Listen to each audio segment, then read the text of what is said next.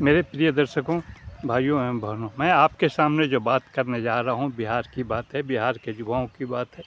मैं बिहार के युवाओं से अपील करता हूँ कि आप कहाँ जो भी आपका आक्रोश हो, शांतिपूर्वक, हिंसा का सहारा नहीं लें, अपनी बात को सरकार के सामने रखें। सरकार भी आपकी समस्या का हल निकालेगी। लेकिन सबसे बड़ी चीज़ ये है कि मैं आज जो बात करने जा रहा हूँ बिहार के युवाओं के बारे में। बिहार के युवा का बहुत ही बड़ा एक ऐतिहासिक रोल रहा है हमेशा से। या चंद्रगुप्त सम्राट चंद्रगुप्त की बात कहें, जहाँ चाणक्य ने आंदोलन किया था युवा चंद्रगुप्त मौर्य को सम्राट बनाने के लिए। दूसरी बात जब आती है तो महात्मा गांधी का भी आंदोलन, स्वतंत्रता का आंदोलन तभी सफल हुआ जब बिहार के युवाओं ने उनका साथ चंपारण से दिया और भारत व्यापी स्वतंत्रता आंदोलन हो चुका था। दूसरी तरफ स्वतंत्रता आंदोलन के बाद की बात होती है तो जयप्रकाश नारायण के आंदोलन की बात होती है। उस जयप्रकाश नारायण के आंदोलन से में भी सबसे बड़ा योगदान किसी का रहा है तो बिहार के युवाओं का रहा है। बिहार के युवाओं ने एक आंदोलन को सर्वव्यापी आंदोलन बनाते हुए इसे बना दिया था संपूर्ण क्रांति का आंदोलन। अब इस आंदोलन के तहत जो बात हुई, संपूर्ण भारत में एक आंदोलन हुआ। उसके अलावा जो बातचीत होती है, इंदिरा गांधी ने बिहार में जो परिस्थिति बनी थी, बेलछी गांव में दलितों के साथ जो क्रूर अत्याचार हुआ, वहाँ वो सावन के भादों के महीने में वहाँ कीचड़ में पैदल चलते हुए बेलछी गांव गई थी, जहाँ दलितों पर अत्याचार हुआ था। दलितों के गांव जला दिए गए थे, उनको भी जला दिया था, उनकी हत्याएं हुई थी। लेकिन उसके बाद बिहार ही नहीं, बिहार से जो आवाज़ उठी वो संपूर्ण भारत में आवाज़ उठी कि अब इंदिरा को आधी रोटी खाएंगे, इंदिरा को बुलाएंगे, वो नारा लगा था और समूचे दलितों का आंदोलन वो बन चुका था और इंदिरा गांधी पुनः सत्ता में आई थी। तो ये परिस्थिति थी। इसके बाद स्वामी सहजानंद सरस्वती की भी बात होती है। स्वामी सहजानंद सरस्वती का किसान आंदोलन, छोटे किसानों का, बिहार तो एक छोटे किसान आंदोलन का, मंझौले और सीमांत किसानों का ही प्रदेश रहा है। बहुत सारे मजदूर और छोटे छोटे किसान ही रहे जिसका आंदोलन स्वामी सहजानंद सरस्वती ने शुरू किया था। वो किसान आंदोलन भारतीय किसान आंदोलन के रूप में, और उसमें महात्मा गांधी के आंदोलन में उन्होंने उसका भरपूर सहयोग दिया था। इसी ढंग से आगे की बात है। ये मैं किताब इसलिए दिखा रहा हूँ कि सारे गांधीवादी लोग हैं। एक गांधीवादी, ये झंडा जो देखे इसमें है गांधी विजन कैरियर, जो गांधी की विचारधारा से आते हैं, जिनको अहिंसा में विश्वास है, सत्य है, निर्भीक हैं, निडर होकर अपनी बात रखते हैं, उनके लिए है। और इस बीच में आप देखें कि जो लोग दिखाई दे रहे हैं, एक तरफ ऊपर में महात्मा गांधी हैं, एक तरफ नेहरू भी हैं, और दोनों साथ बैठ कर के बातचीत कर रहे हैं। दोनों अहिंसक थे और एक गांधीवादी थे। आगे मैं बात जो करने जा रहा हूँ वो इस बात का परिचायक है कि जब बिहार का युवा शांतिपूर्ण आक्रोश किया, वो भारत का एक आंदोलन बना और भारत को एक दिशा दिया है। आगे मैं जो कहने जा रहा हूँ कि जिस समय भारत अमेरिका आर्थिक स्वतंत्रता का जश्न मना रहा था, आर्थिक स्वतंत्रता दिवस का जश्न मना रहा था, उसी समय भारत उसी परिवेश में आर्थिक गुलामी की आहट से मायूस था। इन परिस्थितियों में आरएसएस का धर्म पे आधारित जो विकास की सोच है, उसकी आंधी में गांधी की जातिवादी और जात पे आधारित विकास की जो बात होती है, आर्थिक विकास की जो बात की आंधी चली, वो थपेड़े खा रही है। और इसमें युवाओं के अरमान भी कुचले जा रहे हैं। इनके अरमान का कोई पता नहीं क्या होगा, लेकिन इनके अरमान कुचले जा रहे हैं। इन परिस्थितियों में जब विकसित भारत की बात उठती थी तो ट्रंप ने देखा कि भारत विकसित भारत हो रहा है, तो क्यों नहीं इस पर एक टैरिफ ड्यूटी लगा दिया जाए, और 27% का टैरिफ ड्यूटी लगा करके भारत को बहुत परेशान, आर्थिक नुकसान झेलने के लिए मजबूर कर दिया है। लेकिन इन परिस्थितियों में जब बात आई तो विकसित भारत का सपना दिखाने वाले, जिसमें $30 ट्रिलियन का अर्थव्यवस्था बनाने का सपना दिखाया जा रहा था, उसमें सेंधमारी करते हुए अमेरिका के ट्रंप ने इस पे 27% का टैक्स टैरिफ लगा दिया। अब इसके बाद जो स्थिति थी कि जो मेक इन इंडिया का जो टाइगर था वो बेहोश होकर के खामोश हो गया। अब आगे जो बात कर रहा हूँ वो है कि विकसित भारत पर जिस परिस्थिति में आज विकसित भारत का सपना दिखाया जा रहा है, उस पर चौतरफा आक्रमण हो चुका है। एक तो कि अमेरिका के ट्रंप का वो टैरिफ ड्यूटी का आक्रमण, आर्थिक चोट है, तो दूसरी तरफ वक्फ बोर्ड एक्ट का मुसलमानों का आक्रोश झेलना पड़ रहा है ये विकसित भारत को। और तीसरी तरफ आप जो देखेंगे बेरोजगारों की बहुत बड़ी फौज है, उसका भी सामना करना पड़ रहा है। मछुआरों का भी जो तटीय इलाके पर है बहुत ज़्यादा विशाल मछुआरों का समुदाय है, तो उस पर 27% का सी फूड पे खास करके ये लगाया गया है, उससे उनको बहुत आर्थिक नुकसान हो रहा है।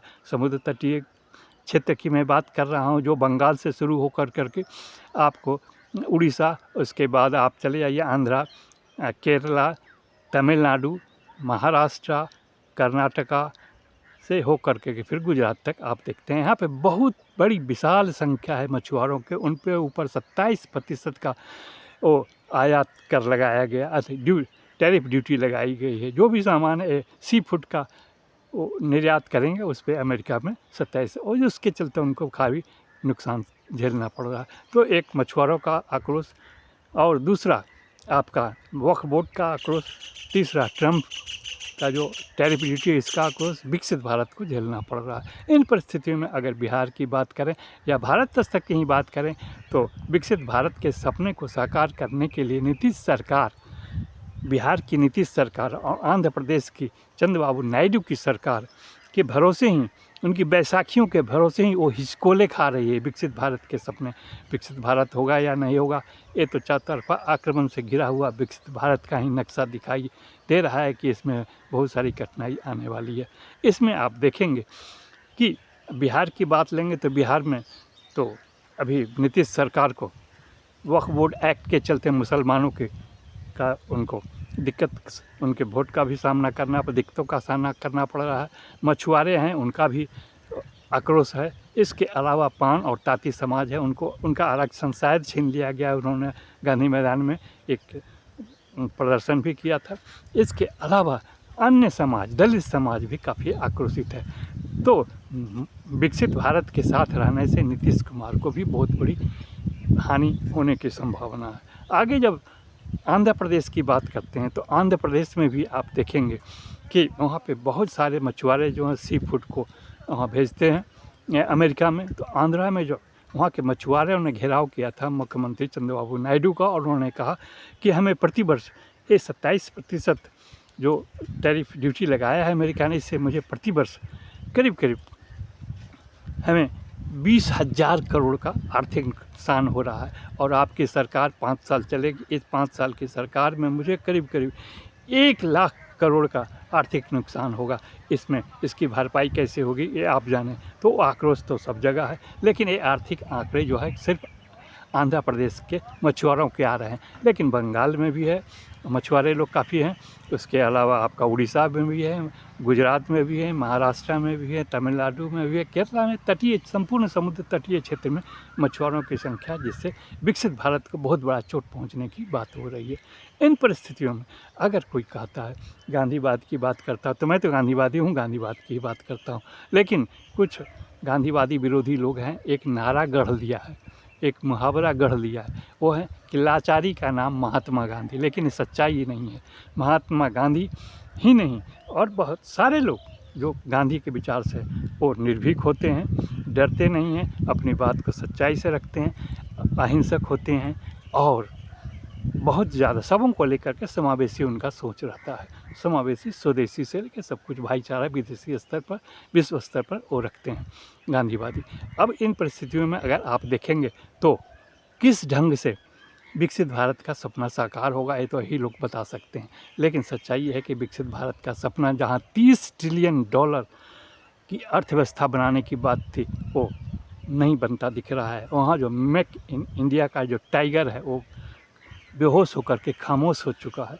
इस परिस्थिति में महात्मा गांधी ही नहीं, महात्मा गांधी कायर नहीं थे। उन्होंने जो कायर हैं, जो डरपोक हैं, उन लोगों ने न केवल महात्मा गांधी बल्कि इंदिरा गांधी, यहाँ तक कि राजीव गांधी की भी एक शहादत ले ली थी। इस शहादत में एक कायर और डरपोक किस्म के जो लोग हैं, वो हिंसा में विश्वास करने वाले लोग हैं, उन्हीं लोगों का एक बहुत बड़ा योगदान रहा है इनको बाहर हटा देने में, बाहर निकाल देने से, सत्ता से बाहर निकालने में और दुनिया से बाहर हटा देने में। अब इस संदर्भ में मैं एक ही श्लोक के साथ, एक ही कविता के साथ अपनी बात ख़त्म कर रहा हूँ। वो बात यह है कि कायर तो हमेशा रहे हैं, तो कायर की बात मैं क्या कहूँ, लेकिन जो निर्भीक हैं वो कभी डरते नहीं हैं,